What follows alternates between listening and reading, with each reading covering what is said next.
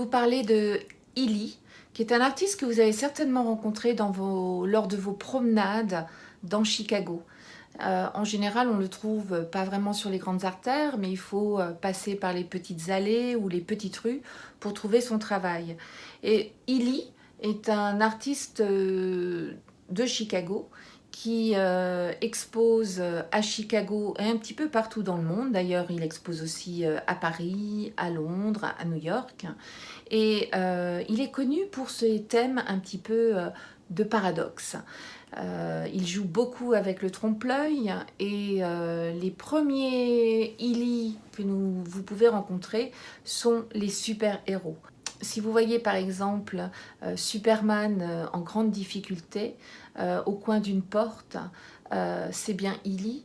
Et si vous voyez aussi dans une allée une poubelle et dans la poubelle le costume de Spider-Man, eh bien c'est Illy aussi.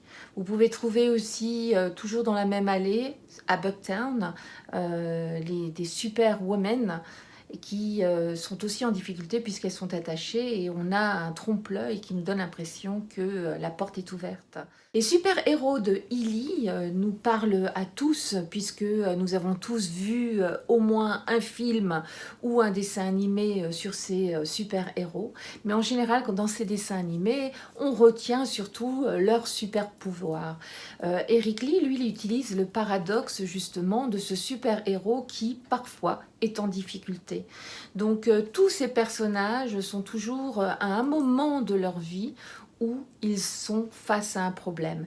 Et ainsi, nous, les spectateurs, on peut en fait comprendre le super-héros et s'attacher. Vous pouvez aussi rencontrer un cheval à côté d'oiseaux. Cette œuvre s'appelle Neighbors, les voisins. Le paradoxe ici, vous le retrouverez avec le cadre.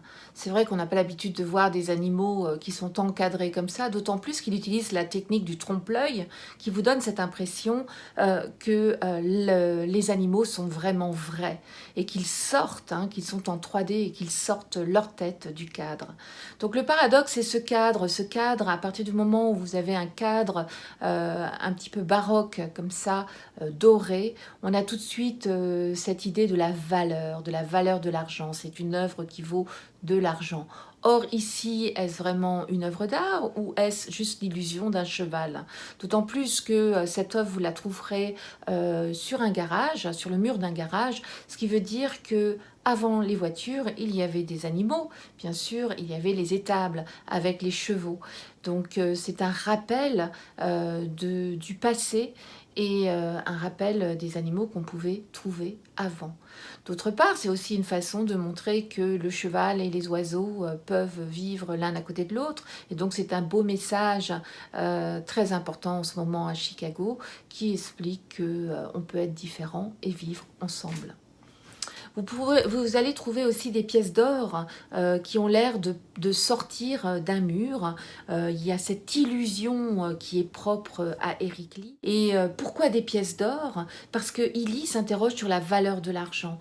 Nous, les humains, nous avons décidé qu'une pièce d'or avait une valeur.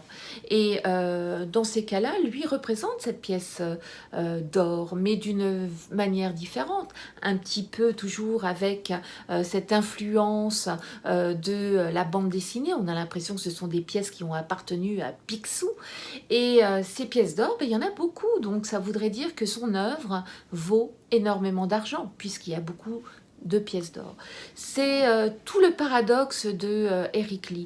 D'autant plus que nous sommes dans Uptown qui est connu pour avoir le Green Mill, ce fameux bar où Al Capone se retrouvait assez régulièrement. Donc lorsqu'on pense à Al Capone, on pense aux gangsters, et lorsqu'on voit ces pièces d'or qui sortent d'un mur, on a l'impression qu'un gangster a fait sauter la banque et tout l'argent est en train de sortir. Donc on a toute cette histoire qu'on peut se raconter juste en regardant ces pièces. d'or. Une autre œuvre, qui est une d'ailleurs les plus anciennes de Eric Lee, est une œuvre qui finalement n'a pas grand sens si vous ne faites pas partie de l'œuvre. Vous devez vous prendre en photo devant l'œuvre. C'est lorsque vous avez le coyote et le roadrunner. Le coyote est un anti-héros pour Illy, puisque c'est un personnage qui, toute sa vie, cela fait des années que ça dure, essaye d'attraper le roadrunner, le fameux bip bip qui va tellement vite que même si le coyote a énormément d'imagination pour essayer de l'attraper, il n'y arrive jamais. Mais ça ne l'empêche pas de réessayer. Et c'est ça que Illy voudrait faire passer comme message. Donc vous voyez dans cette œuvre, on voit le coyote qui essaye de faire tomber un rocher. Eric a aussi utilisé les éléments, il est sur un mur en briques, donc le mur en briques devient de la roche. Il utilise la brique pour donner cette illusion de roche.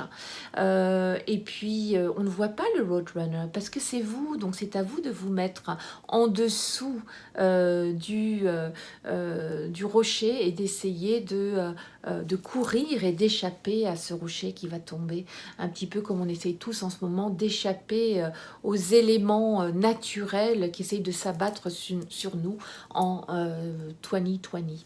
Je terminerai en disant que Illy n'est pas seulement un street artist, mais c'est aussi un artiste qui expose dans son atelier, qui a énormément de choses à dire, et ce que j'apprécie particulièrement avec lui, c'est qu'il travaille, il a des idées, il peint, et puis quelques mois après, il est capable d'analyser son propre travail, et c'est vraiment très très intéressant de discuter avec lui. Alors si vous voulez un jour rencontrer Illy et assister à une de mes visites, ça peut être la visite de Uptown, ça peut être aussi la visite du street art à Westtown ou la visite du street art à Bucktown.